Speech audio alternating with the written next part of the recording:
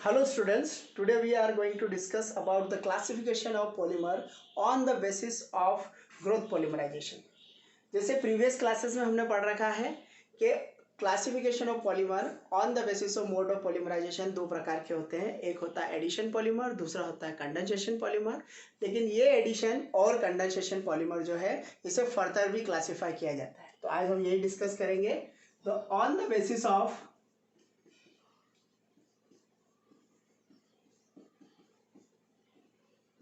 growth polymerization,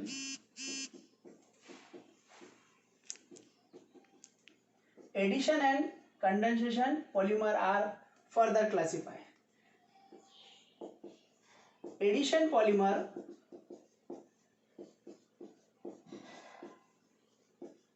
consider as chain growth polymer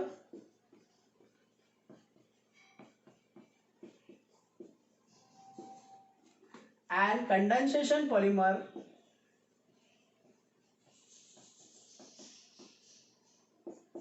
consider as step growth polymer।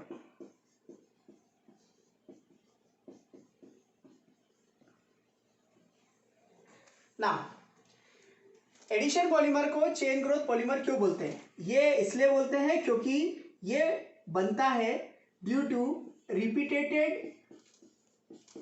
addition of monomer units।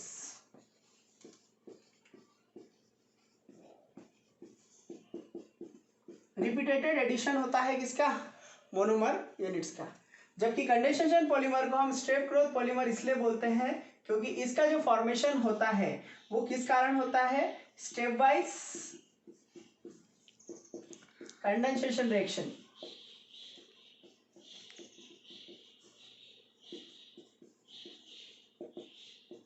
अब ये जो addition chain growth polymer है इसे हम detail में डिस्कस करेंगे। Now the addition chain growth polymer can be explain by taking an example of formation of polythene from ethene. तो हम इथीन मॉलिक्यूल लेंगे। इथीन दो कार्बन वाला अनसैचुरेटेड कंपाउंड होता है, पॉलीमराइजेशन में जाता है और पॉलीमराइजेशन में जाने के बाद फॉर्मेशन होता है पॉलीथीन का। So this is ethene and it will form polythene with the help of polymerization। अब हम इस रिएक्शन की मैकेनिज्म को एक्सप्लेन करेंगे डिटेल में। Now formation of polythene from ethene can be explained on the basis of free radical mechanism which takes place in 3 steps। Step number 1, step number 1 जो है chain initiation step.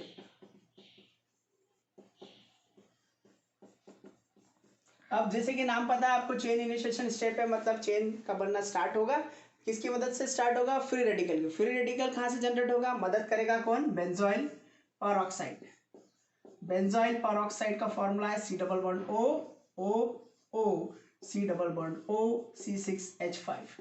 यह है benzoyl peroxide. ये जो benzoyl peroxide है इसका use आप याद रखें, जेईई मेंस एग्जामिनेशन में पूछ सकते हैं। The benzoyl peroxide act as a free radical initiator और ये होमोलिटिक क्लीवेज में जाएगा।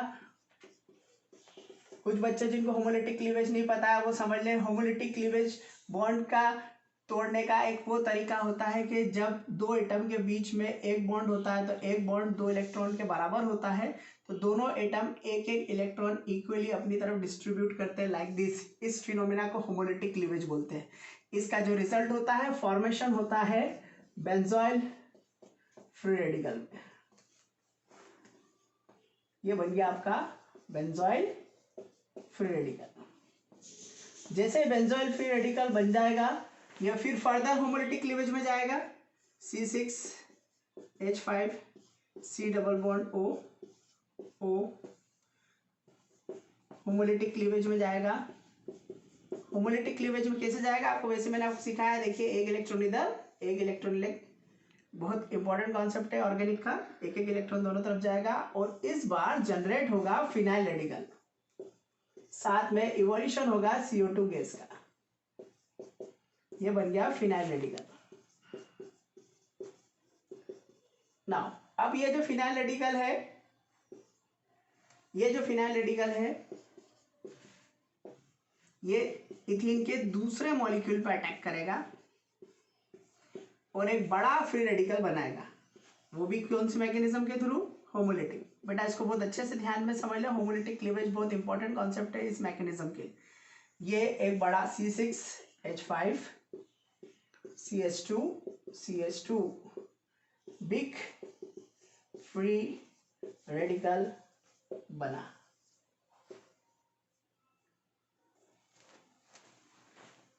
Now second step is known as chain propagation step. Second step को चेन प्रोपोगेशन स्टेप भी बोलते हैं। नाम से पता चलेगा कि ये चेन आगे की ओर प्रोपोगेट करेगी और इसकी लेंथ जो रहेगी धीरे धीरे बढ़ती जाएगी, इसलिए तो एडिशन पॉलीमराइजेशन को चेन ग्रोथ पॉलीमराइजेशन हमने बोला है। नाउ जो बड़ा बिग फ्री रेडिकल पहली स्टेप में बना था C6H5 CH2 ये अब दूसरे एथीन के मॉलिक्यूल पे अटैक करेगा और चेन की ग्रोथ को बढ़ाएगा, लाइक दिस C6H5 CH2 ये फॉर्मेशन भी होमोलिटिक क्लीवेज के थ्रू ही होगा। अच्छा, ये जो प्रोपोगेशन की स्टेप है, क्योंकि मैंने आपको बता दिया है n number of ethene molecule है तो हम बार बार तो नहीं लिख सकते। तो आप ये इमेजिन करिए कि ये चेन में ये सीक्वेंस अगर बढ़ते गया ये प्रोपोगेशन बढ़ते गया, आप सोचोगे और इथीन मॉलिक्यूल अटैक करते गए तो नंबर ऑफ इथीन मॉलिक्यूल्स जैसे जैसे अटैक करते जाएंगे तो यहाँ हम n लिख देंगे। ये रिप्रेजेंट करेगा कि इसके बाद और अटैक हुआ CH2 और लार्ज फ्री रेडिकल का फॉर्मेशन हो जाएगा।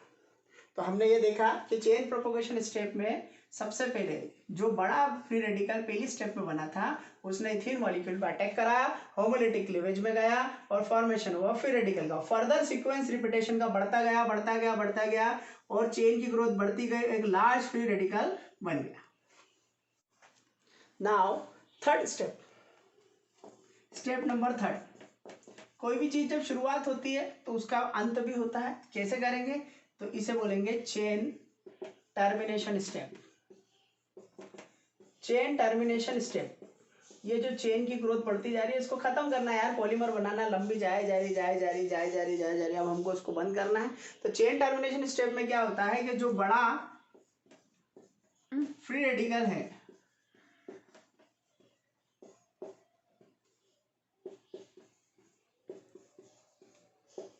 वो इस रिएक्शन के अंदर कंज्यूम हो जाते हैं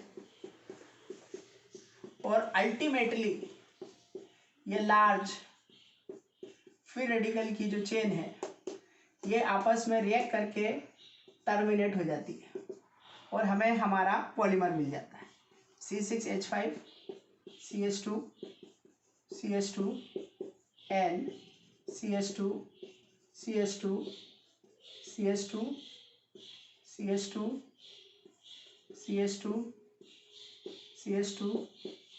and C6H5। इस प्रकार पूरी चेन रिएक्शन में चेन का टर्मिनेशन होता है और फाइनली हमें हमारा पॉलीमर ऑब्टेन हो जाता है। अब हम पढ़ेंगे एडिशन पॉलीमर के एग्जांपल्स। एडिशन चेन पॉलीमर्स के एग्जांपल में सबसे पहला एग्जांपल है वो पढ़ेंगे हम पॉलीथीन बनाना हम पहले ही सीख चुके हैं, इसकी हमने मैकेनिज्म भी सीखी है। तो अब पॉलीथीन में हम क्या पढ़ेंगे? तो basically polythene are classified into two category. First is LDP low density polythene, another is HDP high density polythene. LDP low density polythene, HDP high density polythene. अब लो डेंसिटी और पॉलीथीन और high density polythene board examination का बहुत important topic भी है और NCERT का exercise का क्वेश्चन भी है। तो सबसे पहला जो डिफरेंस है इसमें, जो लो डेंसिटी पॉलीथीन होते हैं they are highly branch polymer, ये आपको मैं पहले भी पढ़ा चुका हूं। And HDP high density polythene are linear polymer. Linear और ब्रांच पॉलीमर में आप डिफरेंस भी पढ़ चुके हैं। नाउ लो डेंसिटी पॉलीथीन बनता कैसे? तो लो डेंसिटी पॉलीथीन बनाना है तो यार पॉलीथीन तो इथेन से ही बनना है। तो इथीन के मॉलिक्यूल हमने लिए NCH2 डबल बॉन्ड CH2 और उसको हम पॉलीमराइजेशन में ले गए। पॉलीमराइजेशन में ले जाते वक्त यह ध्यान रखें जो कंडीशन है very high pressure about 1000 to 2000 ATM. The temperature is about 350 to 570 Kelvin temperature and dioxygen and peroxide both act as a catalyst या इनिशिएटर की तरह काम करते हैं। अब एडिशन पॉलीमराइजेशन में मोनोमर का रिपीटेड एडिशन होगा, अनसैचुरेशन ब्रेक होगा और CH2CH2N ये बना पॉलीथीन। नाउ HDP कैसे बनाएंगे? HDP बनाने की मेथड, फिर हमने इथीन लिया। अब डिफरेंस बेटा, अब यहाँ भी मोनोमर सेम है, यहाँ भी मोनोमर सेम है, पॉलीथीन ही बनना है, तो डिफरेंस रिएक्शन कंडीशंस का आएगा। रिएक्शन कंडीशंस क्या है कि वहाँ प्रेशर बहुत हाई था, यहाँ प्रेशर बहुत लो लगेगा 6 to 7 ATM। Temperature is approximately 333 to 343 Kelvin। But very important thing is that यहाँ जो कैटेलिस्ट लगेगा उस कैटेलिस्ट का नाम है Ziegler Natta catalyst. JEE mains और नीट के एग्जामिनेशन में क्वेश्चन आता है what is the composition of Ziegler Natta catalyst, तो यहाँ पे यूज होगा जिगलर नाटा कैटेलिस्ट। साइंटिस्ट का नाम है ये, उन्होंने जो कैटेलिस्ट दिया था उसका कंपोजिशन देख लें, triethyl aluminium titanium tetrachloride. Result same है, अनसैचुरेशन ब्रेक हो जाएगा CH2N, यहाँ पे भी पॉलीथीन बनेगा। लेकिन जो पॉलीथीन यहाँ बना है वो लो डेंसिटी नहीं बनेगा, वो बनेगा हाई डेंसिटी। अब जैसे कि आपने पढ़ा है लो डेंसिटी पॉलीथीन है, हाईली ब्रांच पॉलीमर है, तो ये जो पॉलीमर है ये टफ तो है लेकिन लो डेंसिटी होने के कारण फ्लेक्सिबल भी है। ये इसके कंपैरेटिवली मोर टफ है, ठीक, बट हार्ड है। अब इस प्रॉपर्टी के दम पे हम इसके यूजेस भी एक्सप्लेन कर सकते हैं। Because it is tough and flexible, therefore they can be used in squeeze bottles, flexible pipes। क्योंकि ये ज़्यादा टफ और हार्ड होते हैं तो डस्टबिन बनाने के काम आ सकते हैं, बकेट्स बनाने के काम आ सकते हैं, बॉटल्स बनाने के काम आ सकते हैं। इसका एक बहुत इंपॉर्टेंट यूज भी है कि लो डेंसिटी पॉलीथीन जो है वो पुअर कंडक्टर ऑफ इलेक्ट्रिसिटी होता है, देयरफॉर इलेक्ट्रिकल वायर्स के इंसुलेशंस में भी यूज किया जाता है। दोनों में सिमिलैरिटी भी है एक कि बोथ आर, ये भी केमिकली इनर्ट है और ये भी केमिकली इनर्ट है, तो ये दोनों में सिमिलैरिटी भी है। So this is the difference between low density polythene and high density polythene. Now the second example is Teflon. It is also known as poly tetra fluoro ethene। बहुत famous polymer है Teflon, आपने नाम भी सुना होगा, पोली tetra फ्लोरो ethene. अब Teflon बनता कैसे, तो ध्यान से देखें, इसमें भी रिपीटेड एडिशन पॉलीमराइजेशन होता है। इसमें जो मोनोमर यूनिट होती है वो होती है CF2 double bond CF2। It is also known as tetra fluoro ethene। It undergo polymerization in presence of high pressure and catalysts like peroxide or ammonium peroxosulfate. NH4 whole twice H2O8 is known as ammonium peroxosulfate. Now, during polymerization, this unsaturation is break and CF2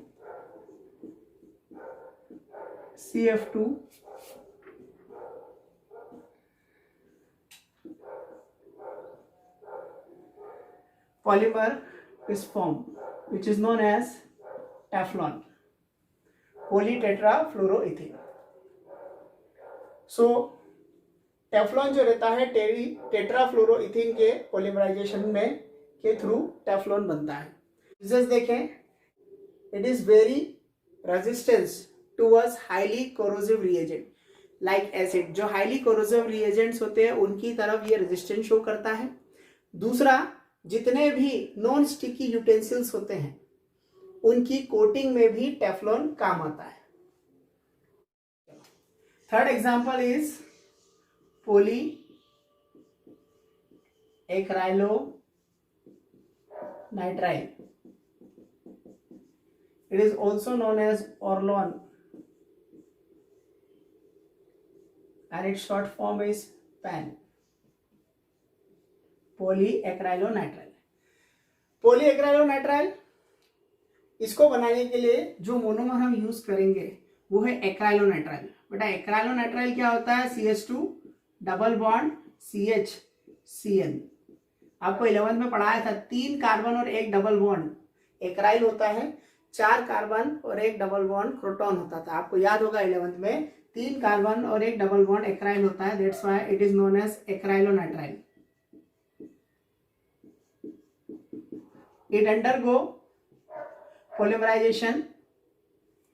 It undergo polymerization in the presence of catalyst peroxide. During this, the unsaturation is break like that, CH2 CH Cl, and the formation of polyacrylonitrile takes place. Now, the property is that its property is it is hard and horny and having high melting material. It is used as a substitute for wool. ये wool का substitute होता है which is used in the manufacture of commercially used fiber known as Orlon, which help in the manufacture of carpets, clothes and blankets. So these are the uses of polyacrylonitrile.